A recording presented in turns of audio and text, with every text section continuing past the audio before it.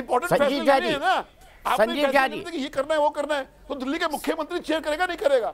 मैं तो गोपाल राय साहब ने कहा कि केंद्र इनिशिएटिव नहीं ले रहा है, जबकि हरीश खुराना जी का कहना है कि आपके यहाँ सीरियसनेस का अभाव है।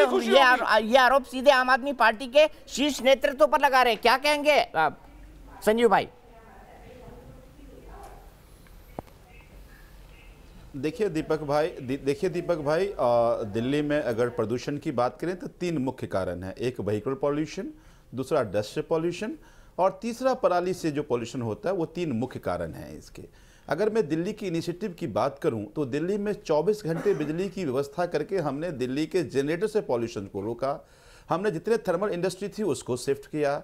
हमने क्लीन पीएनजी फ्यूल की व्यवस्था दिल्ली में करी।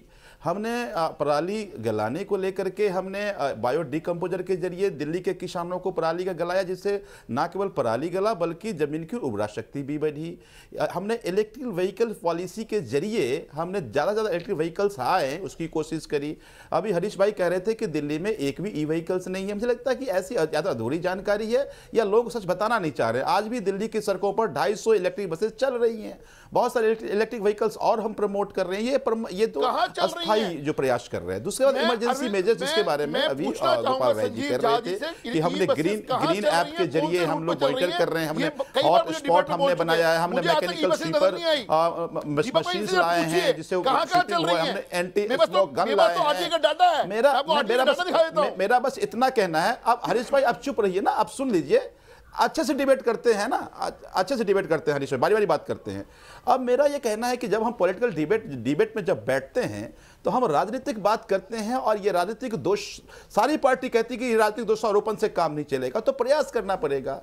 अब प्रयास कैसे होगा? 2 तरह से प्रयास होगी। एक, आपने जो कहा कि दिल्ली सरकार प्रयास करेगी और उसके बाद दूसरा नेबरिंग स्टेट प्रयास करेगी। और केंद्र सरकार की भी एक भूमिका आती है कि केंद्र सरकार गार्जियन की भूमिका में आए, सभी स्टेट को टास्क दे कि आपको अपना ये काम करना है और फिर उस टास्क पे कौन कितना परफॉर्म करेगा, तब वास्तव पता चलेगा कि वास्तव में कौन सिंसियर है कौन सिंसियर नहीं है।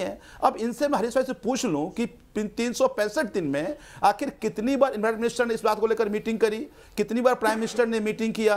क्योंकि हर हम जब ये मौसम आता है नवंबर दिसंबर में, हम लोग हर बार प्रदूषण को लेकर डिबेट करते हैं लेकिन समाधान नहीं मिलता। फिर ये आपका जाड़ा खत्म हो गया, ठंड का मौसम गया, फिर वो सारी बातें खत्म हो जाती है। तो ये 365 दिन अगर प्रयास करेंगे तभी कोई समाधान हो सकता है। मुझे उत्तर भारत में आज स्मॉग है और दिल्ली एक छोटा स्टेट है, आप कहेंगे दिल्ली के कारण पूरे नॉर्थ भारत में स्मॉग है, ये तो नहीं हो सकता ना। अब कहते हैं ये उन्होंने एक सवाल पूछा स्पेसिफिक, अगर आप इलेक्ट्रिक बसेस कहां चल रही हैं, वो ये जानना चाहते हैं आपसे। बनारस का भी खराब है। मैं दीपक भाई, आप भी बड़े पत्रकार हैं, आपका बड़ा चैनल है, आप जानकारी इकट्ठा कर लीजिए। मैंने कहा ना लगभग 248 बसेस आज दिल्ली में इलेक्ट्रिक बसेस चल रही है दिल्ली के सड़कों पे। तो अगर या तो मैं झूठ बोल रहा हूं या हरीश झूठ बोल रहे होंगे, लेकिन सच कौन बोल रहा है आपसे बेहतर दूसरा कोई गवाह नहीं हो सकता है। बोल रहे हैं क्योंकि आप लोग दिल्ली के देश के एक तरह से आंख कान नाक है। तो आप सच बता दीजिए, कि क्या दिल्ली में कोई इलेक्ट्रिक बसेस नहीं चल रही है? लेकिन बीजेपी के लोग प्रोपेगेंडा करने में मास्टर हैं, झूठ बोलने में मास्टर हैं। तो मैं इन्हीं तूतू में मैं तो नहीं कर सकता, मैं आपको फैक्ट दे सकता हूं। और हरीश जी की बात सुन लेते हैं, वो आपकी बात को काउंटर करना चाहते हैं। आज भी मीटिंग करने की, अब सुप्रीम कोर्ट की डांट पड़ी तो इन्वायरमेंट मिनिस्टर मीटिंग कर लिए। ये विधानसभा का चुनाव, ये विधानसभा में इनका जवाब है 29 साल का। लेकिन बारी बारी से बात करें तो ज्यादा अच्छा। विधानसभा की मेरा जवाब नहीं है और मैं चाहूंगा कि इसको जूम किया जाए। डीटीसी की चल रही है 3760 बसें, जो कि जिसमें से सिर्फ 60 बसें 10 साल से कम की हैं, बाकी 10 साल और 12 साल से ऊपर की हैं, यानी कि बंद होने की स्टेज के ऊपर है। और 1860 बसें चल रही हैं क्लस्टर की।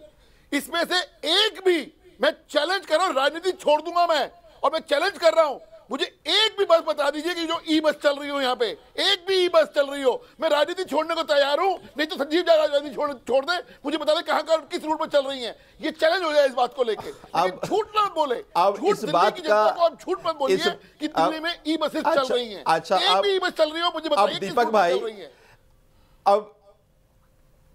अब दीपक भाई, मुझे लगता है कि कल एक बार आप अपने पत्रकार को भेज करके हमारे ट्रांसपोर्ट मिनिस्टर से, हमारे ट्रांसपोर्ट डिपार्टमेंट से पता कर लीजिएगा कि कितनी इलेक्ट्रिक बसें चल रही हैं।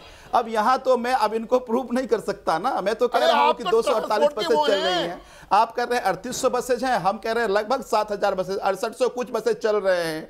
तो ये हमारे पास, आपके पास या तो डेटा आपके पास नहीं है या आप गुमराह करना चाह रहे हैं। और पता नहीं खैर नहीं जाता, लेकिन मेरा ये कहना है सच या तो जानकारी अधूरी है या आप जनता को गुमराह करना चाह रहे हैं। ठीक है।